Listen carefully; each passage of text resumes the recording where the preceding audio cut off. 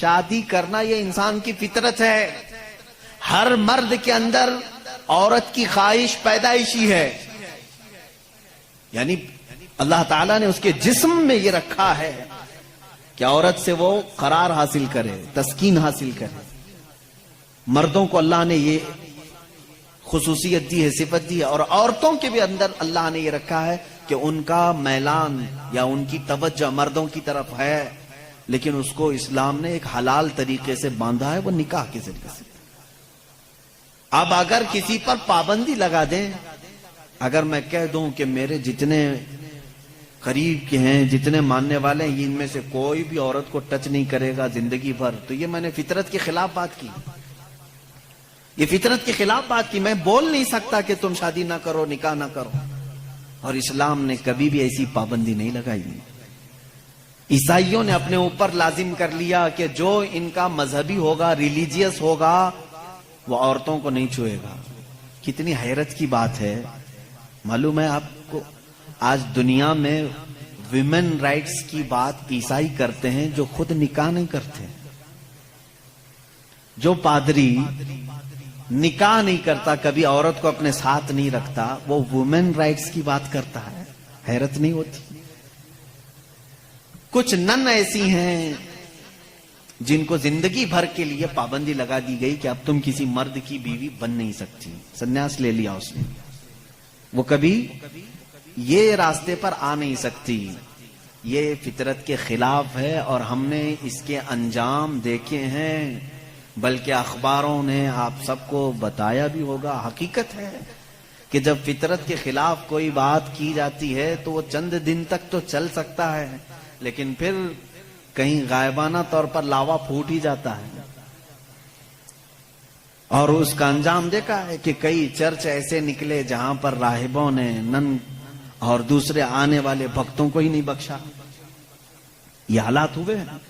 اس کی وجہ یہ ہے کہ فطرت کے خلاف یہاں پر حکم دیا، یا انہوں نے خود اپنے آپ کو اس طرح کا کیا. اسی طرح سے بعض دوسرے مذاہب میں بھی سنیاس لینے کے جو طریقے بتائے گئے ہیں، اسلام اس کا قائل نہیں ہے. اسلام معاشرتی مذہب ہے، سب کے ساتھ رہ کر کے جینے والا مذہب ہے. اگر دنیا کو ترک کرنے کا مطلب یہ ہوتا کہ انسانوں میں نہ رہا جائے تو کبھی رسول کریم صلی اللہ علیہ وسلم مدینے جیسے شہر میں رہتے ہی نہیں، جنگل میں جا کر کے رہتے ہیں، کنارہ کشی اختیار کر لیتے. لیکن اسلام معاشرتی مذہب ہے، یعنی لوگوں کے درمیان رہنے کا مذہب ہے، دین ہے. ہم سنیاس نہیں لیتے. ایک صحابی، 3 صحابہ حضور صلی اللہ تعالی علیہ وسلم کے حجرے کے باہر کھڑے ہو کر کے یہ باتیں کر رہے تھے. حضور صلی اللہ علیہ وسلم رات کو عبادت کے لیے کھڑے ہوتے تو آدھی رات گزر جاتی تھی. تو تینوں نے دیکھ کر کے کہا یہ تو بخشے ہوئے ہیں، یہ معصوم ہیں، ان سے کوئی خطا نہیں ہوئی، اس کے بعد اتنی عبادتیں ہیں ان کی، ہم جیسوں کو تو کیا کرنا چاہیے، بڑی عبادت کرنی چاہیے. جب رسول اتنی عبادت کر رہے ہیں تو ان تینوں صحابہ میں سے تینوں نے کیا کیا جانتے ہیں؟ ایک نے یہ اس دن وعدہ کر لیا، آج کے بعد سے میں کبھی کسی عورت کے پاس جاؤں گا ہی نہیں، زندگی بھر کے لیے عورت کے قریب نہیں جاؤں گا. دوسرے صحابی نے کہا آج کے بعد سے میں کبھی رات کو سوؤں گا ہی نہیں، پوری رات کھڑا رہوں گا.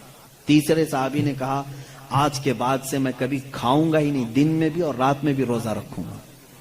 رسول کریم صلی اللہ تعالی علیہ وسلم اندر سے سن رہے تھے، باہر تشریف لائے اور میرے آقا صلی اللہ تعالی علیہ وسلم نے پوچھا تم میں سے کون کون ہے جو یہ باتیں کر رہا تھا؟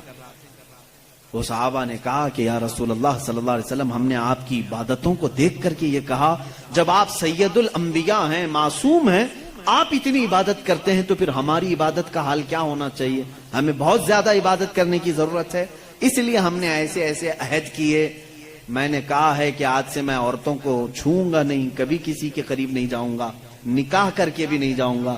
دوسرے نے کہا میں نے یہ کہا ہے کہ رات کو سوؤں گا نہیں. تیسرے نے کہا میں نے یہ کہا ہے کہ آج کے بعد سے کبھی کھاؤں گا نہیں. اللہ کے نبی صلی اللہ علیہ وسلم نے فرمایا اسلام یہ نہیں ہے، اسلام یہ نہیں ہے. میری سنت پر اگر عمل کرنا چاہتے ہو تو میں اللہ کی عبادت کا بھی حق ادا کرتا ہوں اور عورتوں کا بھی حق ادا کرتا ہوں. میں نے اپنی رات کو تقسیم کر رکھا ہے، بیویوں کے لیے بھی حق ہے اور اللہ کی عبادت کا بھی حق ہے. اور دوسرے سے کہا تم نے کہا کہ رات کو کبھی سوؤں گا ہی نہیں، یہ بھی ہمارا طریقہ نہیں ہے، تم فطرت کے خلاف بات کر رہے ہو، بیمار ہو سکتے ہو، روزانہ رات پورے نہیں سو رہے.